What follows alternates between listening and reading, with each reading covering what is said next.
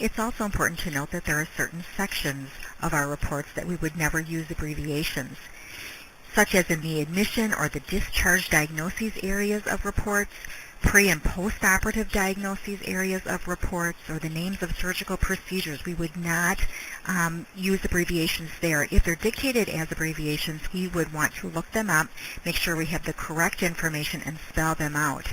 If you'll take just a moment here and pause this dictation and go to your textbook, look at page 335. Page 335. Take a second and page to this in your textbook. Notice the admitting diagnoses here. The first one, probable pelvic inflammatory disease, and then in parentheses, PID. So that tells me that when the dictator mentioned this, they said PID, and that transcriptionist knows enough that in the admitting diagnosis areas of a report, they need to spell it out. So they spelled out probable pelvic inflammatory disease, parentheses, PID. I also want to note that, of course, different organizations have different formats for reports. So this would be just one format, and of course, we will be using what's shown in the book of style as far as their sample reports, because as you'll note, probably these should have been numbered. Number 1, probable pelvic inflammatory disease, PID. Number 2, rule out ectopic pregnancy. So just to note that there, I see that we would number those here at Madison College, but in any case, this is just one example. Now, if we look at page 338, then, page back a few more pages, 338. Another example here in our preoperative diagnoses and the postoperative diagnoses areas of these reports. Number 2, it says chronic pelvic inflammatory disease.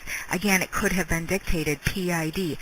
We're going to stop. We're going to expand those abbreviations there because our rule says we do not use abbreviations in those sections of reports. Also in the name of an operation. Look at number 3 here. Bilateral salpingo-oophorectomy.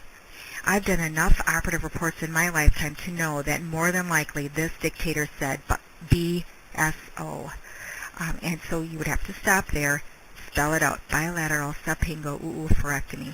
So again, just be aware of the different areas of reports that need to be expanded out, and we cannot use abbreviations. Again, it's just for clarity so that we're absolutely sure of what the dictator is saying, because as a health professional, that's the areas of reports where they go to right away to take a look at and quickly get an understanding of what's going on.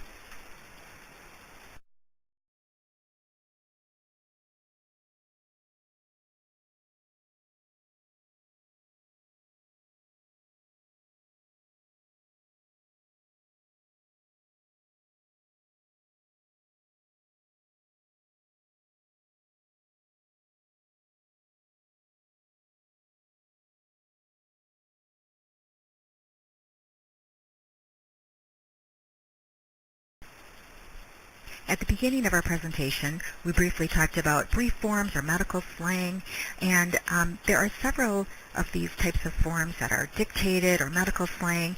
Our textbook in Appendix B shows a great list of brief forms and medical slang.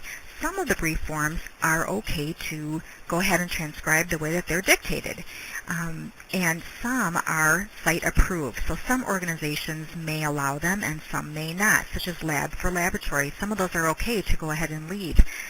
So it would depend on where you work and how they feel about some of those brief forms. Some brief forms or slang are never dictated as they are never transcribed as they're dictated, such as cath for catheter or hot appy for acute appendicitis. They always need to be changed. So again, take a look at that form that's in the back of your book in Appendix B. Be a great addition to that information station for you. And again, note that your employer may have their own site-approved list of what you can use as dictated and what must always be transcribed out in full.